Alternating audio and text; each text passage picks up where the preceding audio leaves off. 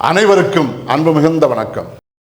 செல்வராமாயணம் என்னும் இலக்கண பாடல்களும் இலக்கிய சுவையும் கொண்ட புதிய ராமாயண காவியத்தை புனைய வைத்த என் இறைவன் ராமனை நன்றியுடன் வணங்கி மகிழ்கிறேன்.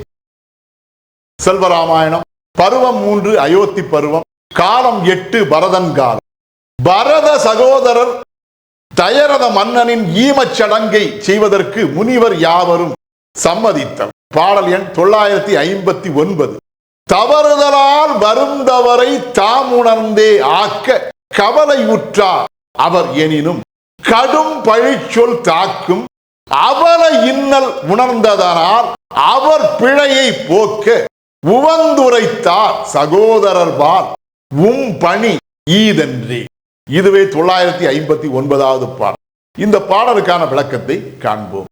தவறுதலால் வருந்தவரை தாம் உணர்ந்தே ஆக்க என்கிற முதல் வரிக்கான விளக்கம். பரதன் தன்னுடைய தந்தைக்கு செய்ய வேண்டிய அந்த ஈமச்சடங்கை செய்ய விடாமல் தடுத்து நின்ற தம்முடைய பிழையின் காரணத்தால் அங்கே ஏற்பட்ட பெரும் குற்றத்தை, தாம் செய்த பெரும் குற்றத்தை அந்த முனிவர் யாவரும் சத்துருக்கன் கூறிய வார்த்தைகளால் நன்றாக தெளிவடைந்து அதன் மூலமாக தம்முடைய பிழையை அந்த முனிவர் யாவரும் உணர்ந்து கொண்டு ஆக்க கவலையுற்றார் அவர் எனினும் கடும் பழி சொல் தாக்கும்.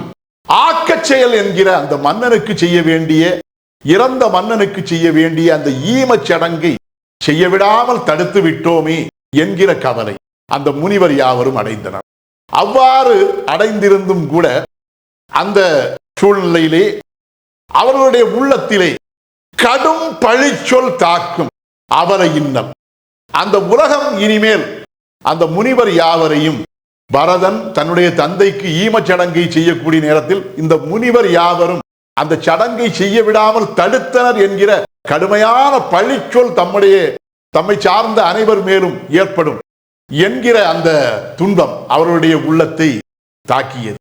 அவ்வாறு அந்த துன்பம் தாக்கியதால் ஏற்பட்ட அவல இன்னல் உணர்ந்ததனால் அவர் பிழையை போக்க, அந்த இன்னலை அவர்கள் உள்ளம் உணர்ந்ததனால் அவர்கள் செய்த அந்த பிழை என்கிற தவறை போக்குவதற்காகவும் பரத சகோதரருடைய உள்ளத்தை ஆறுதல் படுத்துவதற்காகவும் உவந்துரைத்தார் சகோதரர்பால் பணி ஈதன்றே.